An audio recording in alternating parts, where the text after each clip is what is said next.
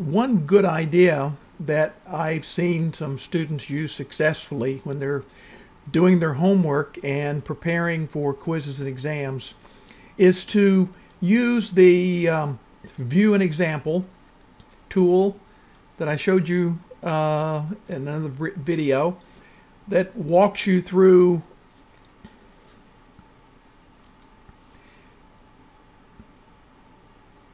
is to use the view an example tool that I showed you before. And if you remember, the show me an example takes a similar problem to the homework problem you're working on and walks you through step by step. First part says identify the claim and state the null.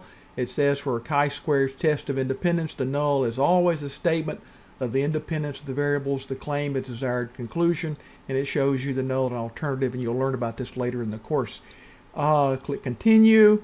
It says next, determine the degrees of freedom, find the critical value, identify the rejection region, and then it walks you through how to find degrees of freedom in each of those parts. One thing that you might consider doing is to copy down these steps as a study aid. And the way that I recommend doing that is to get a screen clipping tool. I use one by TechSmith, and you can get it. It's free. It's called Jing, J-I-N-G, and this is, I've got the commercial version called Snack It. But you just click on Capture, and what I would do would be to copy that, take a picture of it, and then it allows you to save that picture into a file. And what I would recommend would be to, if you're using Excel, to take those images as you go through and embed them into an Excel worksheet or a Word document so you can have an example problem.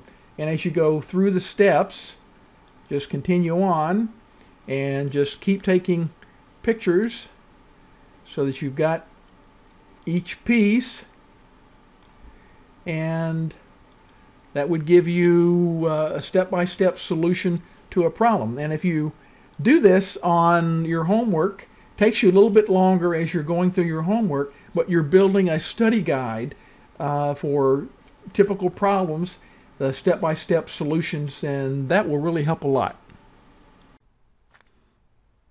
I thought I would just show you what you could produce using this method. This is an Excel workbook. I've labeled it 10.2.19 chi-square test for independence, so I know what it means. And then on one of the worksheets in that workbook, I just inserted each of the screenshots that I got from that show me an example, and it takes me step by step through how to solve that problem. And you could build a workbook on chi-square test for independence using different tabs to show different things and different problems that you solve using this method. So that's helpful.